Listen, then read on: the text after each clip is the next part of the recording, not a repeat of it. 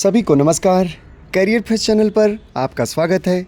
आज का डिक्टेशन लिखने के लिए तैयार रहें। Ready start. न्यायिक सक्रियता के तहत जनहित से जुड़े मामलों का क्षेत्र, प्रक्रिया, लक्ष्य आदि व्यक्तिगत हित विवादों से बिल्कुल भिन्न हैं। यह सामाजिक न्याय को स्थापित करने और कल्याणकारी राज्य की अवधारणा को साकार रूप देने का एक प्रभावी उपाय है। ऐसे तमाम मामलों में न्यायालय ने संज्ञान लिया और पीड़ित पक्ष को उसका हक दिलाया जो समाज के दबे कुचले वर्ग से जुड़े थे।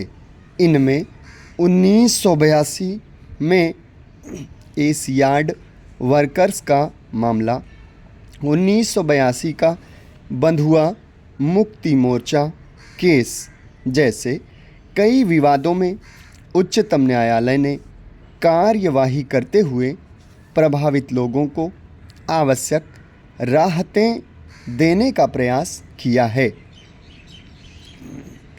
न्यायिक सक्रियता को उत्प्रेरित करने में न्यायालय द्वारा जीवन के अधिकार की व्याख्या संबंधी फैसले ने भी महत्वपूर्ण भूमिका निभाई।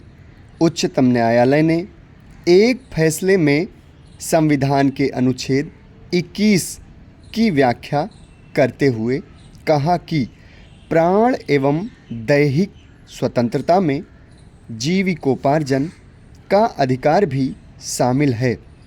जीवन का तात्पर्य सिर्फ भौतिक अस्तित्व नहीं बल्कि एक सम्मानपूर्ण जीवन के साथ आधारभूत ज़रूरतों पर अधिकार भी शामिल है।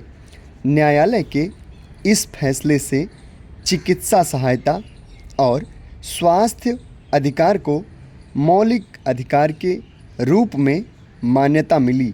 साथ ही उच्चतम न्यायालय ने यह भी घोषित किया कि अनुच्छेद 21 के तहत मिले जीवन के अधिकार में संक्रमण मुक्त जल और वायु भी शामिल है ताकि व्यक्ति जीवन का पूरा सुख उठा सके। न्यायालय ने इस संबंध में समय समय पर ऐसे कई आदेश दिए जिससे प्रदूषण फैलाने वाले कारखानों को या तो बंद करना पड़ा या उन्होंने इसे रोकने के लिए कोई व्यवस्था की। न्यायपालिका द्वारा कार्यपालिका के कार्य क्षेत्र के अतिक्रमण की आलोचना भी अक्सर हुई है। आलोचकों का कहना है कि न्यायिक सक्रियता के नाम पर न्यायपालिका कार्यपालिका की शक्तियों को हड़प रही है।